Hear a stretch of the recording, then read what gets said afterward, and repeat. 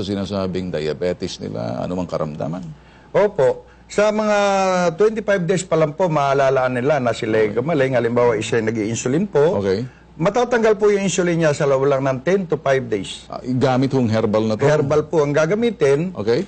At pagkaraan po ng 120 days, malaya na po siya, wala na po siyang maintenance. Okay. At makabalik man po siguro yung tinatawag na diabetic o naman niya yun, Okay. baka makaraan po ang 20 years. Sa akin ho ba, pag dito ho na sa akin, sang-ayon ho ba kayo na kinakailangan may mga doktor din na tumingin habang during the process doon sa diagnosis hanggang sa prognosis ng pasyente. Ibig sabihin, sa loob ng 120 days, 4 na buwan, Opo.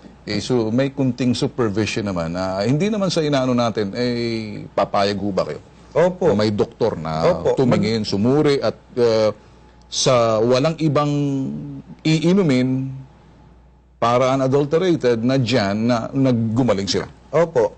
At sa kasalukuyan po, nagkaroon na po tayo ng pre-medical check-up. Okay. At yan po ay maipalalabas natin sa mga susunod na panahon at ang mga doktor na nagsusulong at nagpuprove po na sila mismo ang nakasubok ng Reherbal na sinasabi nila nagpapalakas ng immune system. Okay. At kung babalikan po natin, ang mga kalikasan, narito po sa Pilipinas ang pinakamagagaling na herbal sa buong mundo sapagkat ito po, kung ating babanggitin, narito po lahat. Sa 77 na sangkap po ng Reherbal, wala pong imported. Nasa kabundukan lang po, nasa kaparangan, at nasa gilid lang po ng mga ilog. Hindi po talagang sinasadyang itanim. Ito lang po, meron na po tayong 2 hectares na pataniman ito ngayon na kung kaya pinadadami ko pa at ngayon ay nagpapalawak pa tayo hanggang sa Kapas Tarlac, may pataniman na rin po tayo sapagkat pagdating po ng tamang panahon at pagkakataon, ang mga bagay na chemical ay maaaring lumipat na po sa bagay ng kalikasan. Okay.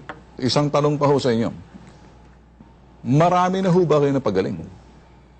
Kung sa ako, gamit ho sa herbal na yan. Kung yung tanong ho na yun, in general, may mga napagaling na ho ba kayo? marami po.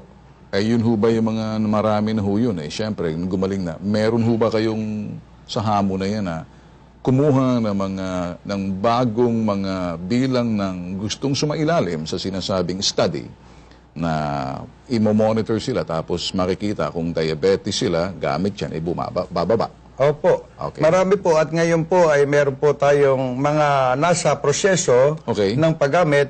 Kuwan po, 238 po ngayon. Ang diabetic na nagkatatry niyang herbal na nakapasok puro sa tinatawag na galing muna bago bayad. Alright. Doon sa proseso, yung sa sinasabing hamon na yun. Hamon po. At ito po, ipaliliwanag ko po sa mga mamamayang Pilipino na kung minsan kasi, lalo na kung taga Davao, taga halimbawa Isabela, nagkakaroon po kasi ng isang bagay na nanghihingi naman kami ng assurance sa tao, hindi naman basta nagpunta sa amin, papatulan po namin ng galing mo na bago bayad. Maliban na lang kung may endorse ni Sir Ben Tulfo.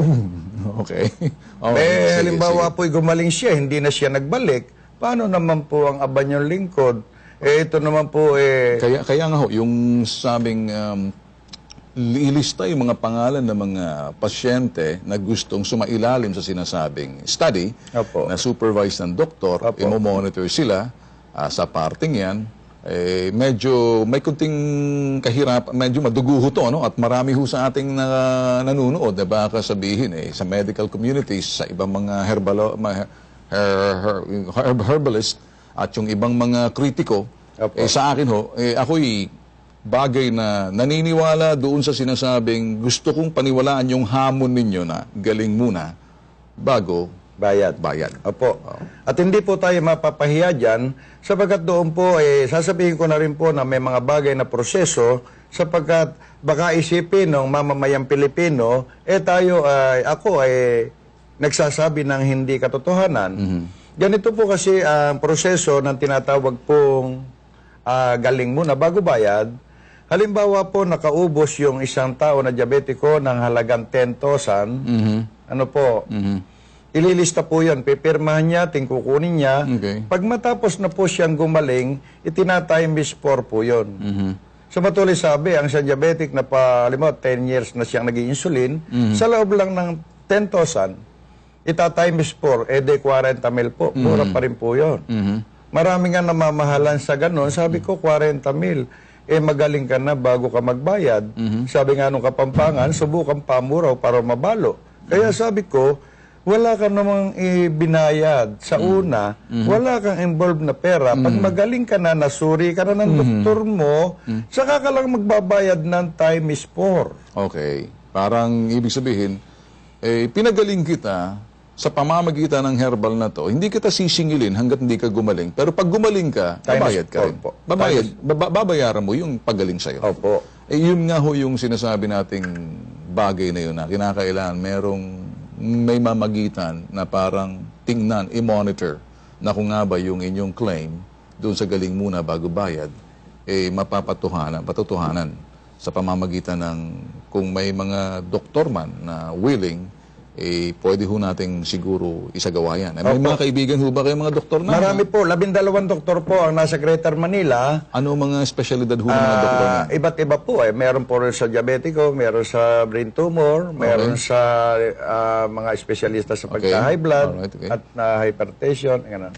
Pero balang araw ho, may-meet ho ba natin yung mga doktor na yun? Opo, at sila naman winning na itaguyod. Okay. At sila mismo po, sarili lang testimony, sapagkat iba po kasi yung karanasan sa mga pinag-aralan. Okay. Ako, umaamin po ako, sir, na talagang kulang ako sa karunungan, pero ba't ako sa kaalaman, bunga ng kalikasan. I see, okay. Well, Karay, kami maraming nanonood sa atin at maraming mga eksperto rin yan, maraming mga ibang mga herbs din dyan, mga herbalist, maraming mga sa medical community. Opo. Palagay ko, nag-aaling lang. Kumusta ho ba kayo sa BIFAD? Ayos naman po ang BIPAD natin. Na-register po tayo sa BIPAD year 2001. I see, okay. Well, Karay, bibigyan kita ng pagkakataon. Total, lamang nandito ka sa akin. At yung hamon mo, hindi ko kakalimutan yan. Itutuloy natin yan. At this point, ito na lang hong aking gustong sabihin sa'yo. Kung ano man ang gusto mong panawagan, ang gusto mong sabihin, bibigyan kita ng the next couple of minutes to kung maanyayahan mo, kung ano man ang gusto mo, hinggil dyan sa sinasabi mong heart. Opo. Sa lahat po ng tagapanood ng TV station na ito, ang amin pong paanyaya sa inyo sa lahat ng mamamayang Pilipino para hindi na po tayo mahirapan ng lubusan, kami po ay humahamon sa inyo sa lahat ng uri ng karamdaman. Ito po ay nakalulunas sapagkat ito po ang nagbabalance ng magnesium, potassium at calcium para ang immune system po ay lumakas. Kaya kami malakas ang loob ko na humamon nang galing mo na bago bayad sapagkat karanasan po ng abanyong lingkod na mula ro sa hopeless na bagay, mula sa tinaningan po ako ng doktor, stage 4 po ako noon, ngayon makikita nyo sa inyong harapan na healthy po ako. Sa 64 edad ko po ngayon, ang aking pakiramdam ay parang 38 lang po, sir. Kaya nga binabahagi ko ito sa mga mamamayang Pilipino na kung kayo gusto niyo subukan ang aming hamon na galing mo na bago bayad, inaanyayahan po namin kayo sa 540 Quirino Highway, Talipapa, Navaliches, Quezon City. Pwede rin po kayong tumawag sa aming hotline 489-2421. At ito pa po isa namin linya, 456-6550. Okay. Malaya po namin kayong paglilingkuran sa abot ng aming makakaya. Kaya nga, ang sabi ko, sa lahat ng mamamayang Pilipino, huwag na kayong mabahala sa inyong mga karamdaman sapagkat ito po, ang hinahamon natin, bulag mo, makakita muna ang isang bulag bago siya magbayad. Ang isang paralyzed, makalakad muna siya bago siya magbayad. Ang isang ooperahin sa puso, pag na-clear na ng doktor niya na hindi na siya ooperahin sa puso, saka lang po siya magbabayad. Okay. With that, mga kaibigan, kami ho'y nare-respeto namin yung paniwala ho at paninindigan niya doon sa kanyang produkto. Ay dito ho sa Bitag Live, feature ho namin at magmamasid ho kami, imomonitor ho namin yung hamon ho dahil sa hamon ho ni Karay, si Bitag ho, titingin at doon ho, we will keep you updated sa bagay na to. At wala ho tayong magic dito. You can bet on that. Magbabalik ko kami. Stand by.